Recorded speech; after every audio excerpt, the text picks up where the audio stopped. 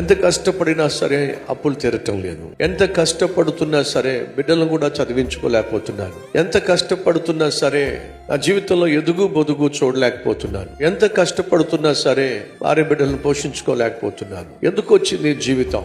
దెబ్బ మీద దెబ్బ పడుతుంది. కష్టం తర్వాత మరొక కష్టం వస్తుంది. పోనీలే కనీసం వచ్చే నెలన్నా బాగుంటాను, వచ్చే సంవత్సరం అన్నా బాగుంటాను అని అనుకున్నాను, కానీ ఏ నెలకు ఆ నెల అలాగే ఉంటుంది. ఏ సంవత్సరం ఆ సంవత్సరం అదే కష్టాలు రోజు రోజుకు పెరిగిపోతున్నాయి కానీ తరిగిపోవటం లేదు. ఎంతకాలం ఈ శ్రమలు, ఎంతకాలం కష్టాలు, చచ్చిపోతే బాగుండు. మీలో ఎవరైనా అలాంటి ఆలోచన కలిగి ఉన్నారా?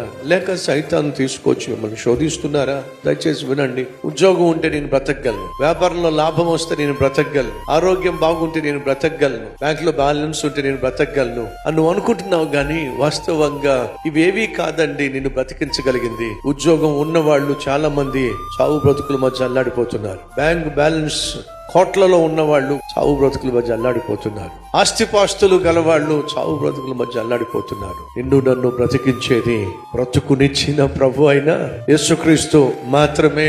ఆయన సన్నిధిని, ఆయన కృపను నువ్వు అనుభవించగలిగిన ఆయన సంతానమైతే జీవితంలో ఖచ్చితంగా బ్రతకగలుగుతావు. ఆయన నిన్ను బ్రతికిస్తాడు. ఆయన వాక్యము నిన్ను బ్రతికిస్తుంది. ఆయన ఇచ్చిన వాగ్దానం నిన్ను బ్రతికిస్తుంది.